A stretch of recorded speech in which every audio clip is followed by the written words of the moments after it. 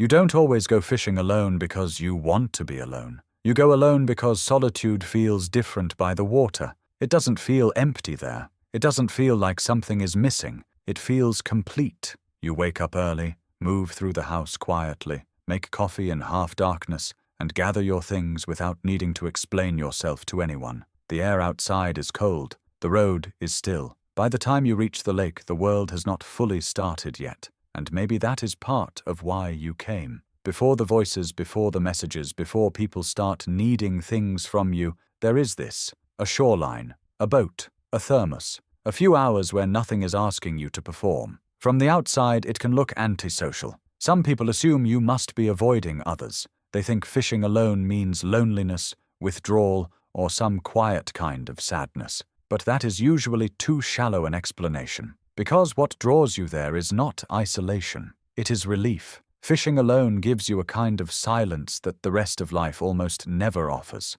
Not awkward silence. Not the silence of tension. A useful silence. A silence that lets your thoughts spread out instead of stacking on top of each other. You do not come there just for fish. If it were only about catching something, there would be easier ways to do it. What you come for is harder to explain in a single sentence. You come for the slowness, for the repeated motion, for the familiar setup, for the feeling of stepping into a world where the rules are simple again. Cast, wait, watch, adjust, breathe.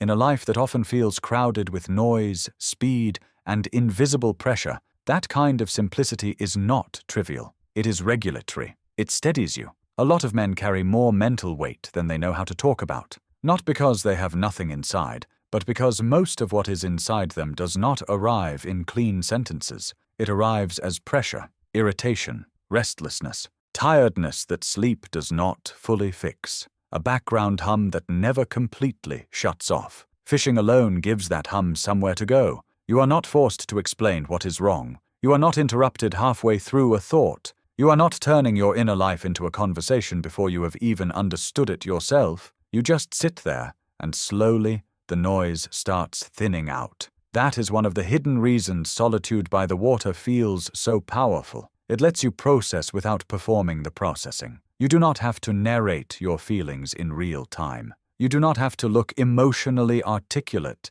You do not have to be insightful on command. You just exist beside something larger and quieter than you, and your system begins to match it. The water does not rush you. The shore does not demand clarity. The morning does not need you to be in a better mood. It simply gives you a space where your mind can stop bracing for the next thing. There is also something important about doing it alone, because being alone removes a layer of pressure, even when you like the people in your life. With other people, even good people, some part of you is still adjusting, responding, managing the rhythm of interaction. Conversation has gravity, presence has demands. But when you fish alone, there is no need to keep the atmosphere going, no need to make comments just to fill the gap, no need to translate every feeling into language. You are free to let the silence stay silent. For some men, that silence becomes one of the only places where they can feel fully unguarded. Not emotional in an obvious way, not dramatic,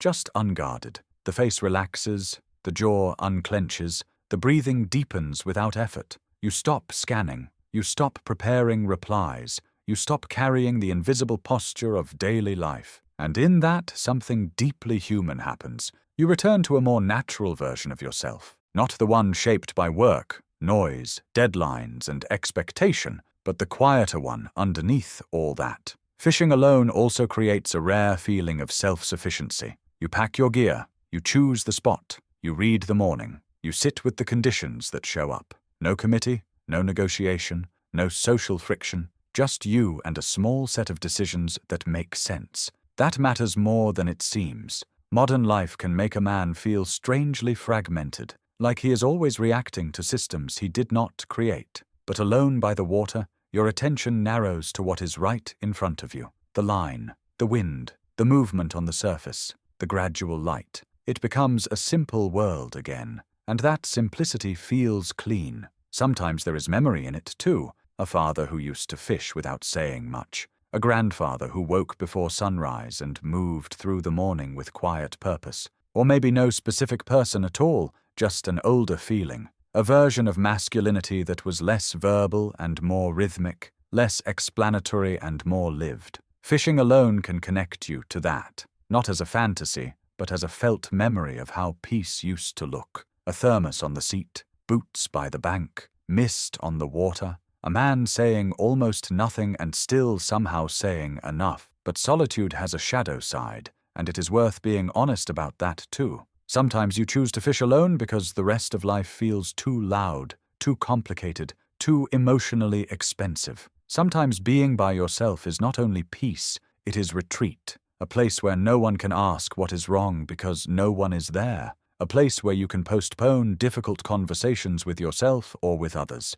And that does happen, but even then, the truth is usually not that you want to disappear. It is that you need the volume turned down long enough to hear yourself again. That is the difference people often miss. Men who prefer fishing alone are not always escaping life. Many of them are trying to return to it in a better state. They are trying to come back less irritated, less scattered, less internally crowded. The solitude is not the destination. It is the reset. It is the distance required to feel steady again. There is a reason you often feel different on the drive home. Not transformed, not euphoric, just quieter inside. More even, like the edges have softened, and maybe that is why you keep coming back to the same kind of morning, the same kind of shoreline, the same repeated ritual. Because it gives you something conversation often cannot. It gives you non-verbal order. It gives you stillness without emptiness. It gives you time that does not feel wasted just because nothing dramatic happened.